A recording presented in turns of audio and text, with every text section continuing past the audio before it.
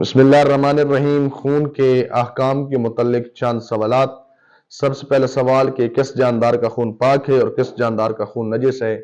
تو ناظرین اس کا جواب ہے کہ جو جاندار خون جہندہ رکھتے ہیں، چاہے وہ حلال گوشت ہوں یا حرام گوشت ہوں، ان کا خون نجس تصور کیا جائے گا، اور جو جاندار خون جہندہ نہیں رکھتے ان کے خون کو پاک تصور کیا جائے گا، جیسے مچھلی مچھر وغیرہ کا خون، ایسے خون کو نجس شمار نہیں کیا جائے گا بلکہ یہ خون پاک ہوگا۔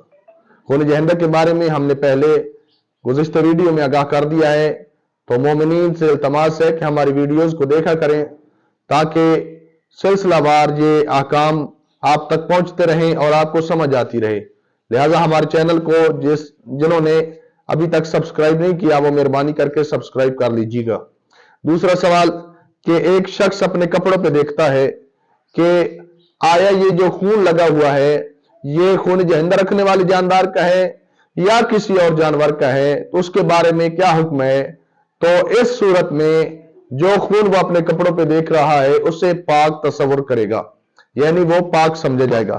تیسرا مسئلہ، کس صورت میں خون جہندہ رکھنے والے جانور یا جاندار کا خون پاک ہے؟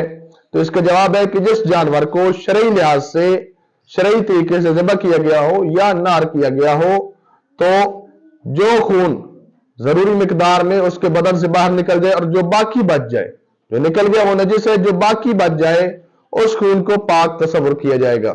چوتھا مسئلہ، ایک شخص دیکھتا ہے اپنے کپڑوں پہ کہ زخم کا پیلا خون ہے اور وہ شک کرتا ہے کہ آیا یہ خون ہے یہ کچھ اور ہے، تو اس کے بارے میں کیا حکم ہے؟ تو اس کا جواب ہے کہ اس خون کو بھی پاک تصور کیا جائے گا۔ اس کے علاوہ ایک انتہائی اہم مسئلہ کسان بھائیوں کے لیے کہ اگر کوئی شخص دودھ دوتے وقت اسے کچھ خون نظر آئے، خون ظاہر ہو جائے، تو اس خون کے بارے میں کیا حکم ہے؟ تو اس کا جواب ہے کہ وہ خون نجس ہے، اور اگر وہ دودھ میں گر گیا ہے تو پورے دودھ کو بھی اس نے نجس کر دیا ہے، یعنی وہ دودھ بھی نجس ہو جائے گا اور وہ خون بھی نجس ہوگا۔ اللہم صلی علی محمد و آل محمد وعجل فرجہ۔